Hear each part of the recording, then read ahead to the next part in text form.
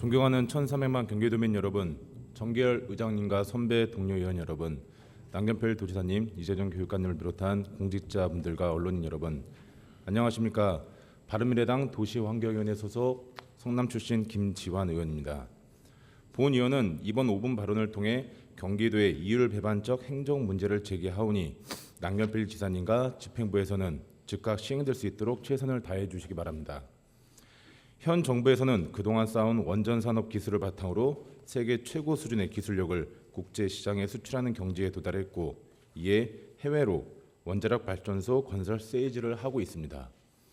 하지만 국내에서는 탈원전이라는 명분으로 에너지 다소비형 산업 구조인 우리나라의 에너지 문제를 국가기관 산업의 존폐 결정을 471명의 시민단체로 구성된 위원회에서 3개월간의 공론화 과정을 거쳐 결정하겠다는 이율배반적 정책을 추진해 많은 국민들의 질타를 받은 적이 있습니다.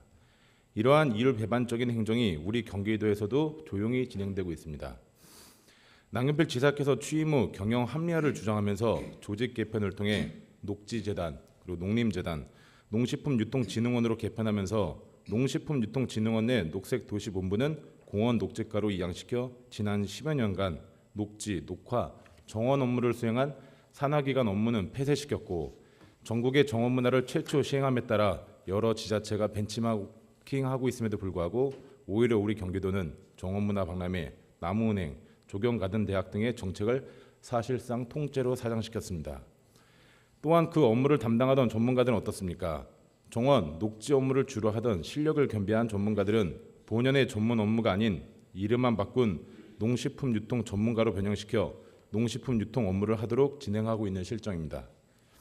경기도를 포함하여 대한민국은 미세먼지로 인해 도심의 허파인 정원, 공원 등의 녹화 사업의 확장이 절실히 요구되고 있음에도 이와 같은 조직 개편이 진정 올바른 조직 개편으로 보이십니까?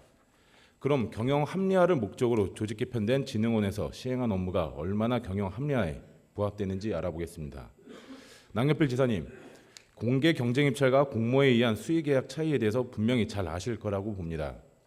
공모에 의한 수의 계약은 계약의 성질이나 목적이 경쟁에 어울리지 않는 경우, 그리고 경쟁이 성립되지 않은 경우에 한해 수의 계약을 인정하는 것입니다. 지사님, 2017년경에 경기도에서 시행한 52억 원 규모의 학교급식 운반 차량 사업을 알고 계십니까?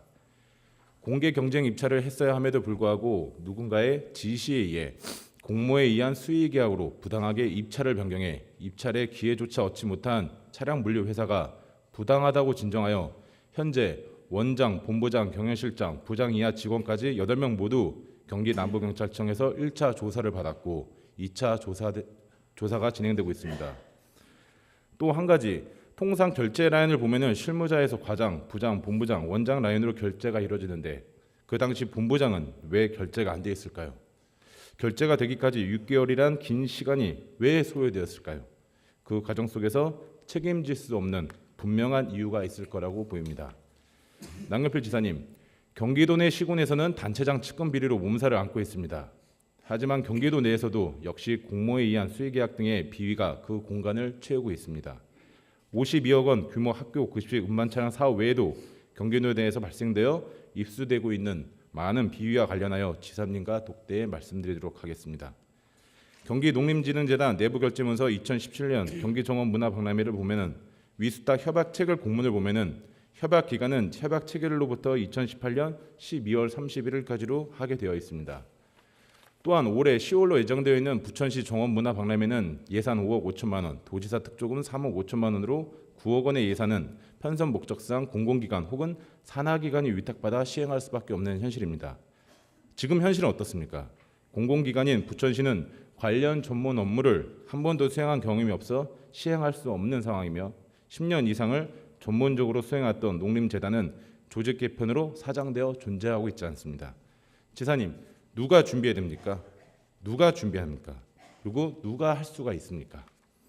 이러한 현실적인 문제가 닥쳐 있는데 혹여나 조용히 내부 결제를 통하여 진흥원 직원 파견으로 마무리하려고 하지 마시고 지금부터 전문 조직 체제를 설립하고 녹화, 정원 전문가, 시민 정원사를 제대로 양성해야 2020년 경기 세계 정원문화 박람회는 성공할 수 있습니다. 반드시 본 의원이 발의한 경기도 정원문화산업진흥조례에 의해 경기정원문화진흥센터를 설치 운영하고 진흥원은 2020년까지 녹화, 정원 업무와 농식품 유통 업무를 병행하여 성공적인 세계 경기 를 통해 업무가 분리되는 것이 최선의 선택일 것이라고 판단됩니다.